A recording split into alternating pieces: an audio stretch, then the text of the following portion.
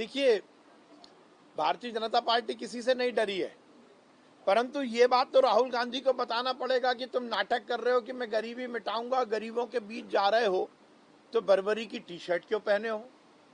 मैंने तो कभी 41,000 की, आपने तो कभी 41,000 की टी शर्ट नहीं पहनी।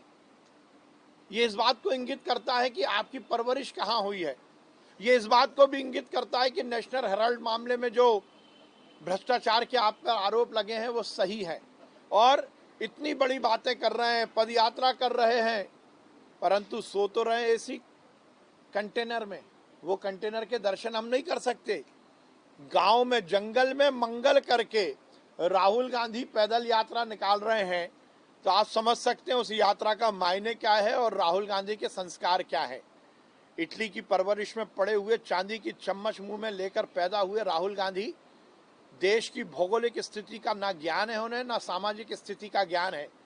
स्क्रिप्टेड भाषण देकर, स्क्रिप्टेड यात्रा निकालकर वो इस देश में वैमनस्य फैलाना चाहते हैं। गरीबी हटाने का नारा उनकी दादी ने भी दिया था, गरीबी नहीं हटाई, गरीब को हटा दिया।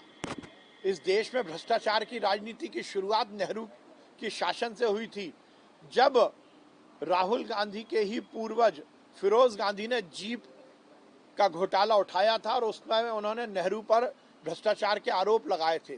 और नेहरू परिवार की ये भ्रष्टाचार की सीरीज नेहरू जी, इंदिरा जी, राजीव जी, सोनिया जी, राहुल जी और प्रियंका गांधी तक लगातार चलती आ रही है। नेशनल हेराल्ड मामले में देश में ये बात स्थापित हुई है कि नेहरू परिवार ने केवल भ्रष्टाचार किया है।